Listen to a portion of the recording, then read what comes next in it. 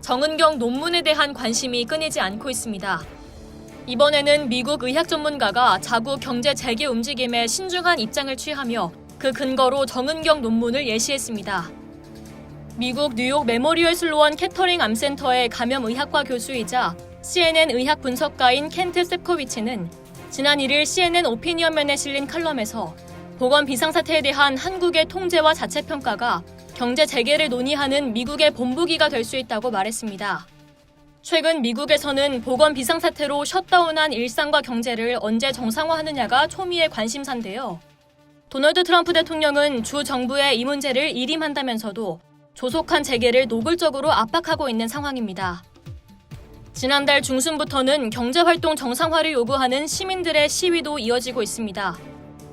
일부 시위 참가자들은 총기를 휴대하는 등 과격한 양상을 띠기도 합니다. 대부분 트럼프 지지자들인 것으로 알려졌습니다.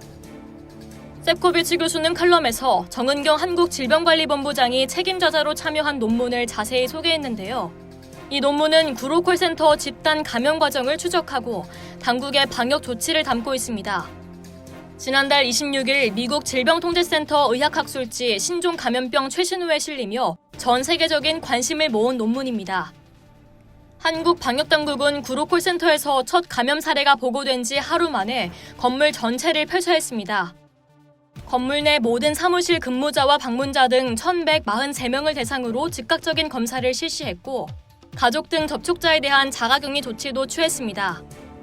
논문은 이런 대응으로 확산을 막을 수 있었지만 그렇다고 해서 이런 통제력이 사회의 일상복귀를 보장하는 것은 아니라고 강조했습니다. 또 여전히 대규모 감염이 발생할 가능성이 존재한다고 신중하게 밝혔습니다. 방역에는 성공했지만 결코 방심하면 안 된다는 것이 요점입니다. 셉코비치 교수가 칼럼에서 말하고자 한 바도 바로 이 부분인데요. 논문을 세세하게 인용한 셉코비치 교수는 미국 정책 결정권자들이 하루아침에 봉쇄와 격리를 풀고 도시를 재개장한다는 것은 헛된 꿈이라고 꼬집었습니다. 셉코비치 교수는 경제를 재개하기 위해 가장 필요한 것은 유사시 건물 전체를 폐쇄할 수 있는 정책, 즉각적인 검사와 신속한 결과 통보, 공익을 위해 격리를 감수하는 시민의식이라고 꼽았습니다. 그는 이런 조건이 갖춰져야 경제 재개를 논할 수 있을 것이라고 주장했습니다. 세계 많은 나라들도 미국의 경제 재개에 부정적인 시선을 보내고 있습니다. 자칫 성급한 결정으로 미국이 제2의 대확산 진원지가 될 수 있다는 우려가 높습니다.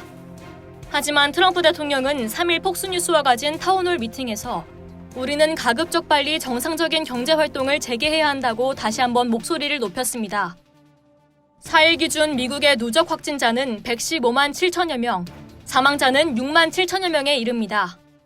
아직도 하루 평균 3만 명의 신규 확진자가 나오는 상황입니다. 이상 열도튜브였습니다.